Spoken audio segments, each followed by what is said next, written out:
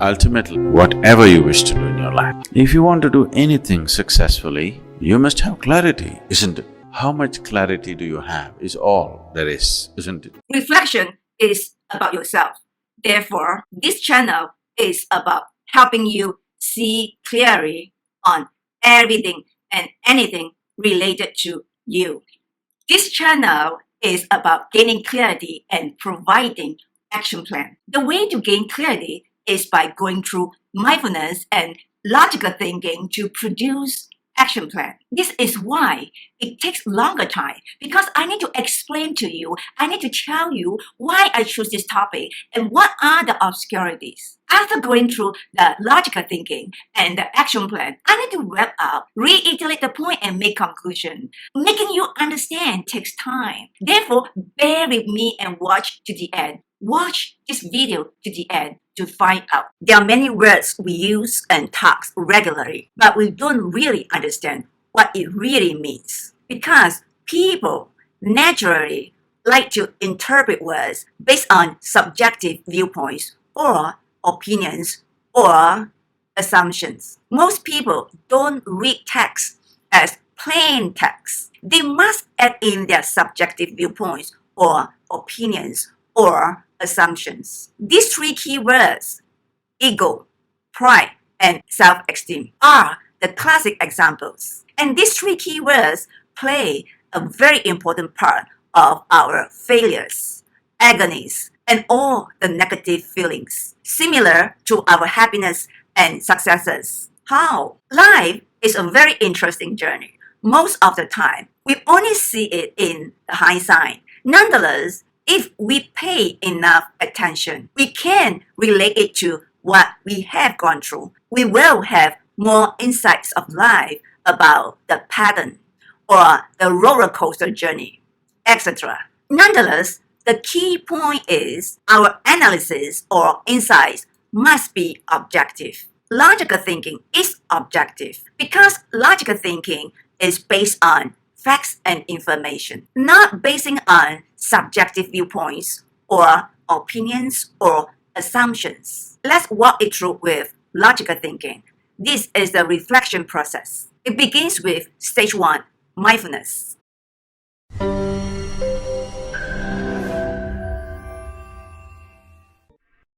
Stage 1, mindfulness.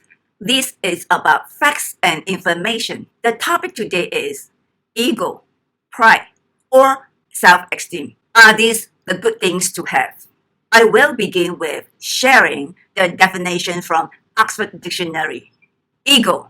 It is a person's sense of self-esteem or self-importance. Number 2, it is the part of the mind that mediates between the conscious and unconscious and is responsible for reality tests and a sense of personal identity. Number 3, in metaphysics, a conscious thinking subject. Pride. According to the Oxford Dictionary, number 1, it is a feeling of deep pleasure or satisfaction derived from one's achievements, the achievement of those with whom one is closely associated. Number 2, consciousness of one's own dignity.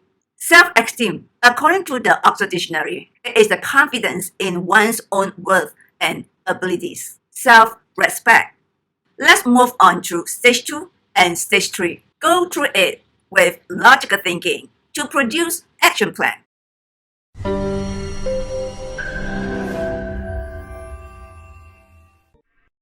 Stage 2 and stage 3, logical thinking and action plan. About the ego, what do you see in the ego definition? I see 3 key words: compare, self-focus, and sensitive.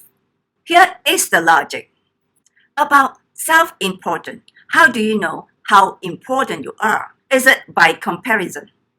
Correct? That means if you are self-important, you want to know how important you are. To know that, you will be in comparing mode constantly. As a result, you will either behave like you are the most important person, or you will indirectly or directly reveal how important you are. Or once you sense that you are less important, you will react or you will manage the situation to appear that you are important, etc. Psychologists use it to refer to a person's self-image, to one's belief about the sort of person one is, and how one differs from others. That means if you have a strong personal identity, you choose to be who you are. You stand firm on the belief of who you are. Logically, this is a form of self-focus. You focus on what you believe, and you decide what you want to be, and you decide what's your personal identity. About the conscious thinking, this is awareness. This awareness is subjective and unique to you. According to sciencedirect.com, thinking is a conscious process. In other words, when you are thinking, you are at a conscious stage. This is a form of sensitivity. In summary, putting these three together, an egoistic person is self-important, constantly comparing himself or herself with others. An egoistic person is self-focused. He or she stands firm on who they are. And an egoistic person is thinking consciously all the time. Now, we have a clear picture of ego. Let's take a look at pride and self-esteem. In terms of pride and self-esteem, these two are more straightforward. Pride is about pleasure, satisfaction, and dignity as a result of achievements. All these can be positive. Self-esteem is about the confidence and self-respect. I can understand why ego includes self-esteem. Nonetheless, I see one key point in both pride and self-esteem: the driver. Something is driving the pride and self-esteem. Here is the logic.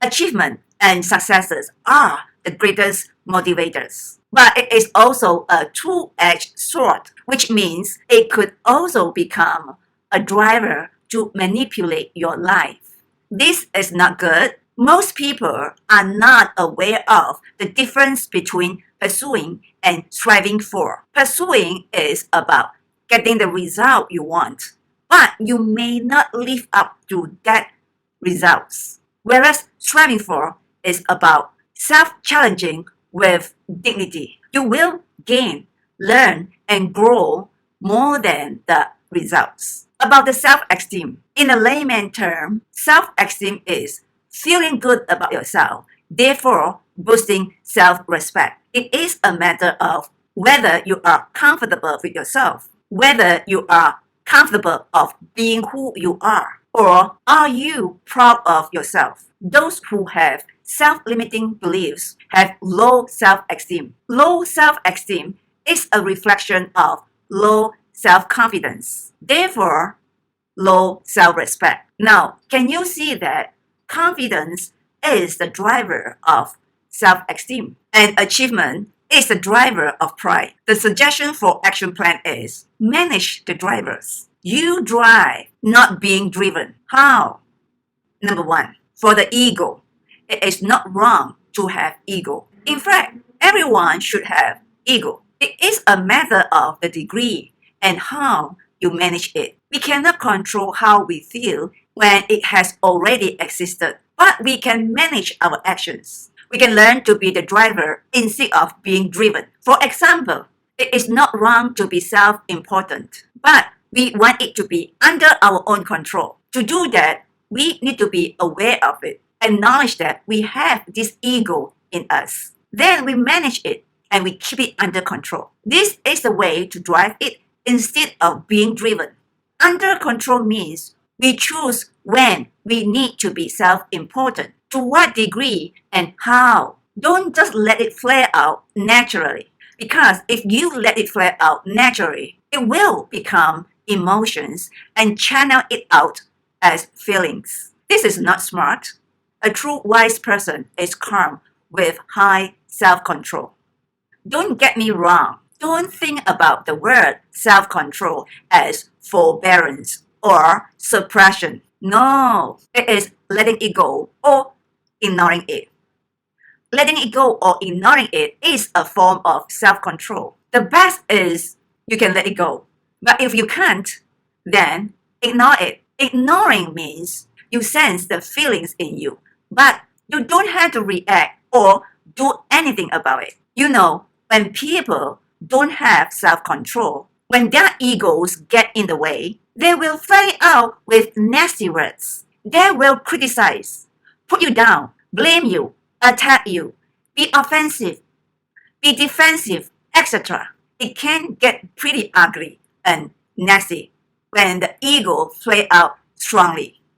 For the pride, it is a good thing to have pride because it is good to enjoy the recognitions of achievements and successes and therefore boost up the dignity. It is good to have your satisfaction comes from the achievement and successes. It is motivating and inspiring.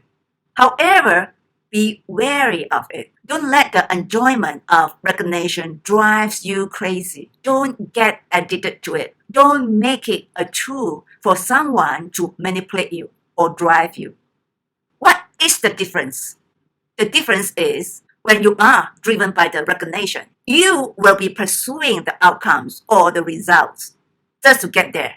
That means you will be just eyeing for the results. You will do anything during the process. This indicates that you may sideline the ethics. You may compromise the integrity. You may not care so much of the learning or the good experience along the journey. This is why and how the politics take place. Showtime is what they enjoy. Without recognition is what they enjoy. And all this could be the facade of who they really are. A true achiever is solidly capable with solid integrity, knowledge, competency, skills, experience, etc. More importantly, their achievements and successes are printed in people's hearts. Think about it. There are people you don't like and you don't want to recognize openly, but in the deepest part of your heart, you know that they are solidly capable and good, despite whether they are recognized openly. Therefore, a truly and highly confident person does not pursue outward recognition, nor being driven by it. They hold their dignity intact, despite whether they are being recognized openly. Last but not least, about the self-esteem. Having self-esteem is a good thing. We need to feel good about ourselves, but don't let the feelings drive you. Be wary of it. We should not rely on how we feel. Don't let the feelings drive us, drive our self-esteem. Understand that if you are good, you are good. It does not change your self-worth or abilities just because you don't feel good. Remember this. Feelings are the channel of emotions. That means when you don't feel good, your confidence should drive your feelings, not the reverse. Confidence is the driver of emotions. Therefore, when you don't feel good, your confidence can turn it around. Hold your self-respect highly. You are as worthy and as capable, despite how you feel.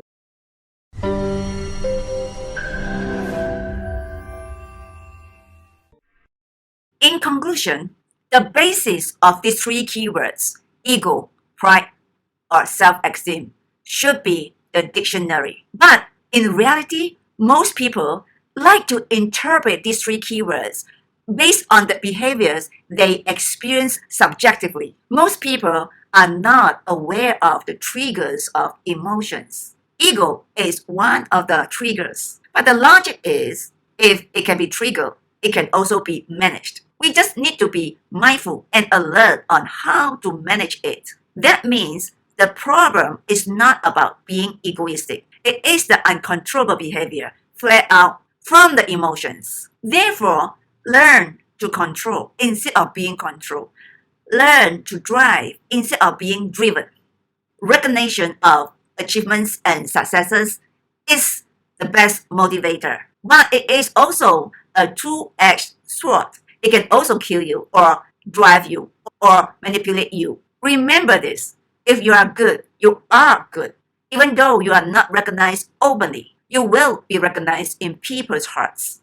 Hold your dignity high and firm. Last but not least, having self-esteem is great, but don't count on the feelings. Understand that feelings are the channels of emotions. Let the core values be the source of your self-esteem. Be proud of who you are based on the core values you hold, because your core values will not fluctuate with your emotions. And be confident of your self-worth and abilities. Hold your confidence and self-respect, because the feelings will not change your capability and ability. Be confident and have high self-respect. This is your self-esteem.